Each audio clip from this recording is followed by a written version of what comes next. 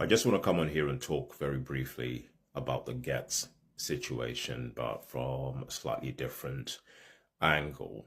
I mean, just to say out loud without repeating what everybody's said about what he did, it's absolutely abhorrent. And, alcohol is the most harmful drug in the world. If you look at the harm that it causes, not just to individuals, but to those around you, you compare it to all the other drugs, it's not even close. And one of the reasons why people don't think about alcohol as such a harmful drug is because it's so readily available.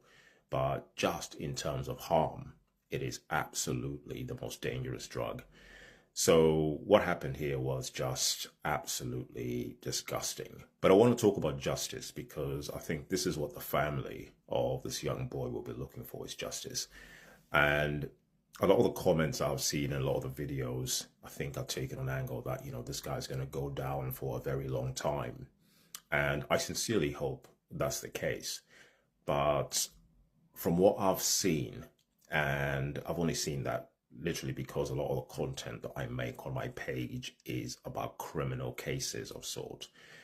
And I remember doing a case several months ago about a man who mowed down, I think it was a 7-year-old girl in Wales at one of these crossings where the light was red and he was speeding down a 30-mile zone, and he mowed her down and killed her. And he got 6 years in prison for that, which he isn't going to serve all of that anyway. And I remember the mum actually commenting on my video to say, thank you for raising awareness about this. I was saying that the sentence is completely unacceptable. And one of the things I've learned about sentencing and laws in the UK, I think it's probably a global thing, if I'm honest with you, is that the sentence that somebody receives for a crime is often based on the value that patriarchy places on the life of the victim.